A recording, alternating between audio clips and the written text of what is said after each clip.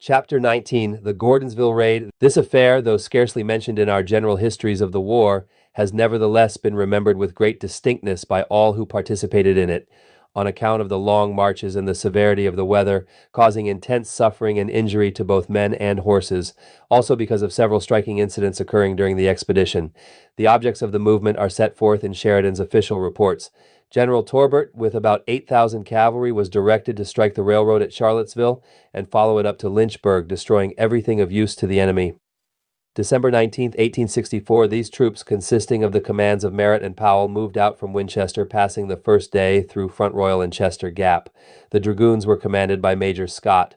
The weather, at first pleasant, changed within 36 hours, first to a drizzling rain, then to a wretchedly disagreeable sleet, making our second night's camping out one of the most disagreeable of all our hard experiences, the clothing of most of the men becoming thoroughly saturated. During the night, still another change occurred, the weather growing cold so rapidly that our wet clothing became frozen, the overcoats and pants becoming almost as rigid as sheet iron. Who of us will ever forget that intensely cold day when, in climbing a spur of the Blue Ridge Mountains, we faced that bitterly piercing wind, so penetrating that it forced its way to our bodies through thick clothing as though we were dressed in gauze. We could only keep from freezing by frequently dismounting and leading our horses in the quick walk of the marching column. Reaching the summit just before dark, we discovered a considerable force of the enemy occupying the plateau before us. A lively charge was at once made, led by one of the advance regiments, hustling the Johnnies out of their comfortable camps at a rapid gait. In this engagement, known as Liberty Mills, our regiment captured 2 pieces of artillery. Taking possession of the rebel camps with fires burning and victuals cooking, we felt ourselves quite fortunate. But our nice plans were upset, as in the darkness the enemy could approach along the mountainside within easy range and make targets of the men about the fires, thus making it necessary to extinguish all light. We tried huddling together to get a little sleep, but soon froze out, and were compelled to run, beat our arms about our bodies, and resort to all manner of devices to keep from freezing. Many of the men on picket that night were frostbitten and permanently injured. An interesting episode of that night was the shrewd capture of a rebel general's pack train, consisting of several men, horses, mules, and camp equipage. Not suspecting the presence of Yankees, they came to our lines and informed the challenging picket who they were. Passing through, they were astonished when informed of the trap they had been drawn into. Among the prisoners was a rebel surgeon, to whom Dr. Ray paid special attention. Ray, who was left at Trevilian to care for our wounded, was badly treated and made a prisoner. Having but recently returned, he did not feel very amiable toward the Secesh, and expressed his opinion of them in such a vigorous manner that the gray-backed disciple of Aesculapius trembled like an aspen leaf. The doctor, however, informed him that he had fallen into civilized hands and would be accorded far better treatment than the barbarous Rebs had shown in his case. During the following day, several minor engagements occurred, but nothing of special importance was accomplished except the capture of a few prisoners near Gordonsville. The expedition under a competent leader might have been a success, but under Torbert proved a failure. Aside from his incompetency, his tyrannical treatment of the soldiers made him an object of detestation. Sheridan, in his personal memoirs, states that, having lost confidence in Torbert, he appointed Merritt as his chief of cavalry when starting on his last raid. In his official report, the principal thing Sheridan gives Torbert credit for on this occasion is the capture of 2 pieces of artillery by the Dragoons. An amusing incident of the raid occurred on our return trip, amusing at least to some of the actors, but quite the reverse to the parties most concerned.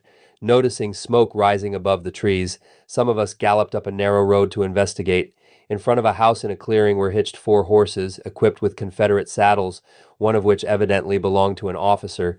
3 privates were seen running for the woods, but we knew the officer must be in the house, and a search was commenced. The family consisted of the mother and 2 good-looking daughters. When questioned as to the whereabouts of the officer who rode that horse, the old lady replied, "He's tucked to the bush, sah." "No," replied our spokesman, "he's in the house, and we want him, quick." "He's surely not in here," persisted the older girl. A search commenced, and in the kitchen were found preparations for a sumptuous repast, while the pantry shelves fairly groaned with their weight of cakes, mince pies, tarts, cold ham, etc. Every nook and corner was searched except the bedroom. As the boys started to enter it, the older girl placed herself squarely in front of the door, exclaiming in southern dialect, "Surely you uns won't be so vulgar as to enter a lady's boudoir." Nothing was found but a well-spread bed, but suspiciously high. The first move to touch the bed brought on the climax, all 3 women uttering a jargon of protestations, and the older girl, fairly frantic, pushed the men away, jerking off the clothing and then a feather bed. We found tucked in among pillows a handsome young rebel major dressed in a new Confederate uniform. He informed us he had intended to be married New Year's Day. As the expectant bridegroom was ordered to mount his horse and come along, the scene was truly pathetic, his sweetheart clinging to him and weeping as though her heart would break. In the meantime, all the dainties of the pantry had gone into the haversacks of the unfeeling dragoons, under the plea that all is fair in war. The whole affair did not occupy over 15 minutes, but what a change was wrought in the plans of the young couple. Snow-covered beds. One evening the men made their beds in an open field without tents or shelter. First they spread down a rubber blanket and upon that one of wool. These were to lie on, while over them was another blanket of wool with a rubber on top of all. Two usually slept together. That night the snow fell to the depth of 8 inches or more. The first risers in the morning witnessed a novel scene, the rows of men having the appearance of snow-covered graves. Most of them slept so soundly that the snow was undisturbed, and the only evidence of life within the mounds were the breathing holes. As the bugler sounded reveille and the men sprang out, we could not but think of that scene when Gabriel's trump shall awaken the dead. Were the men cold? On the contrary, they steamed with perspiration.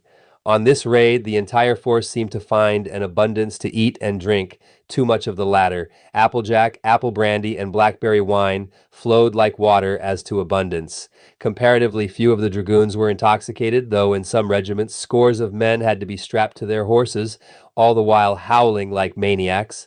It was indeed a sorry scene. We returned via Culpeper, Warrenton, and Ashby's Gap.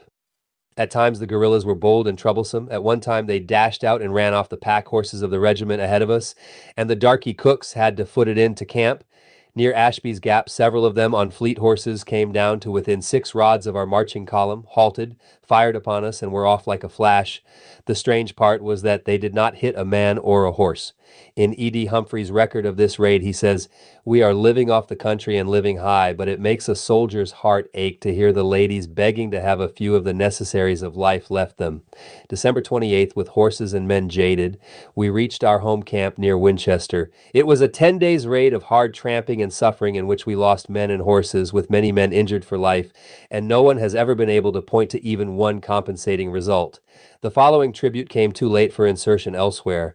Thorpe and Scott participated in every battle of the Army of the Potomac, including the Peninsular Campaign.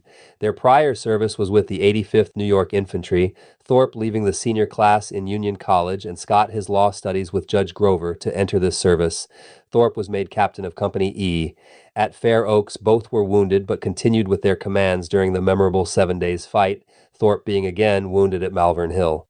At the close of this campaign, Thorpe and Scott were appointed by Governor Morgan lieutenant colonel and major, respectively, of the 130th New York, and both returned to the field with their new command. These officers came to the new regiment with much valuable experience.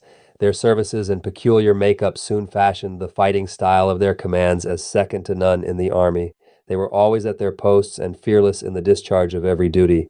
Both were made brigadier generals for brave and meritorious service in the field. Thorpe was always addressed as Colonel Tom. The 130th Regiment would doubtless have made a good record under any leadership, but it entered the field with a splendid corps of officers as one of the fortunate conditions which led to its glorious achievements.